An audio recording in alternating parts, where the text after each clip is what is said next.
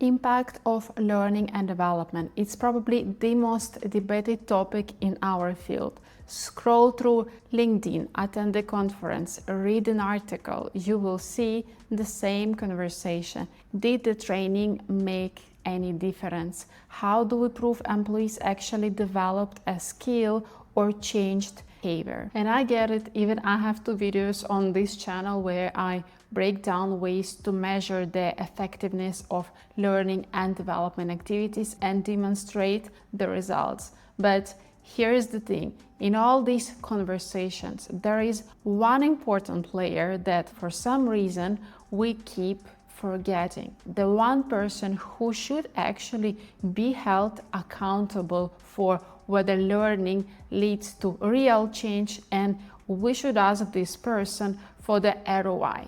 In case you are new here, welcome. My name is Lisa and I create videos I wish existed when I was starting my career in learning and development. So who is this forgotten player? It's an employee. I know. What a concept. The truth is the majority of L&D effectiveness doesn't sit with L&D or HR or even with the line manager. It starts with the employee. Think about it. If someone attends a presentation skills workshop, the real impact doesn't come from the trainer or from great slides. It comes when that employee chooses to apply what he or she learned when doing another presentation. If someone goes on conflict management training, the impact only shows up when this person actually handles a conflict in a different way and in a better way. And that choice sits with the employee, not L&D, not even with their line manager. But here where things get tricky. In many companies, we treat employees like we are back in school. We assign them training, chase them for attendance, give them calls when they are late for a training, then remind them to fill out feedback forms as if they are passive participants. But they are not.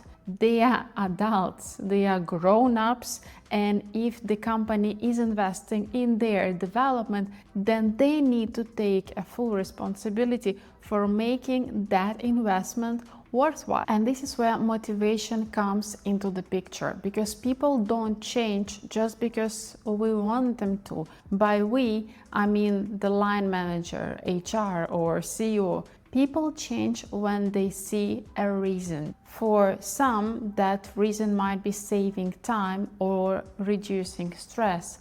For someone else, it can be about improving their reputation in the company, gaining recognition or visibility, or simply feeling more confident in their role. Whatever the reason is, it has to be personal. Without a personal why, training quickly becomes nothing more than a box-ticking exercise. So if the real effectiveness of L&D sits with the employee, what does it mean for us? What is our job? It means our job is not to force change, because change is outside of our control. Our job lies in creating the right conditions before development activity even happens. Here are 3 powerful ways that you can do it. First, and I think this is the most powerful one, is to involve employee in the choice.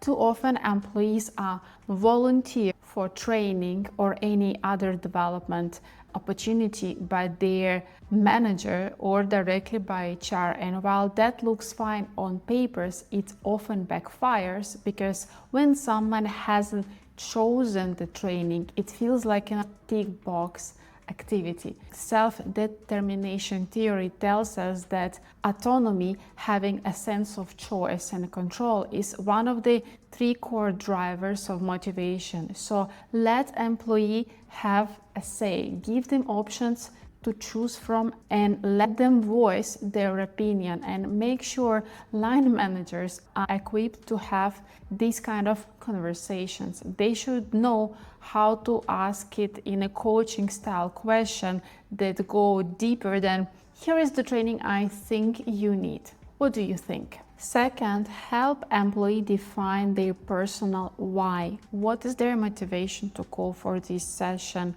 or to join this coaching program? Psychology shows that internal goals drive stronger, long-lasting change rather than some external factors. Build this into the training design itself. Ask participants upfront, what will you personally gain by joining this training or development program?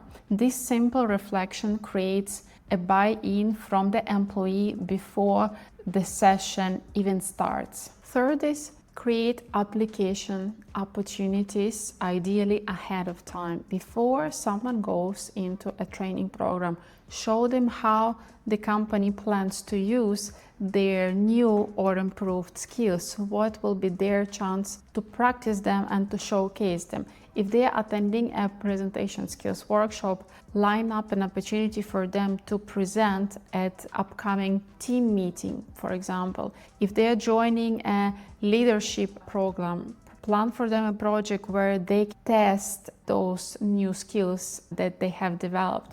When employees sees a clear path for how things that they learned on the training will be used in day-to-day life, ownership goes up even before the day one. So yes, there are a lot of things that we can do to set the stage for success. We can equip managers to have better conversation, involve employees in decision making, and link learning to real work opportunities. But these are all conditions. At the end of the day, the responsibility to change or to improve doesn't sit with L&D. You can design the best program with the best structure and with the best support and with the best facilitators, but you can't make someone change.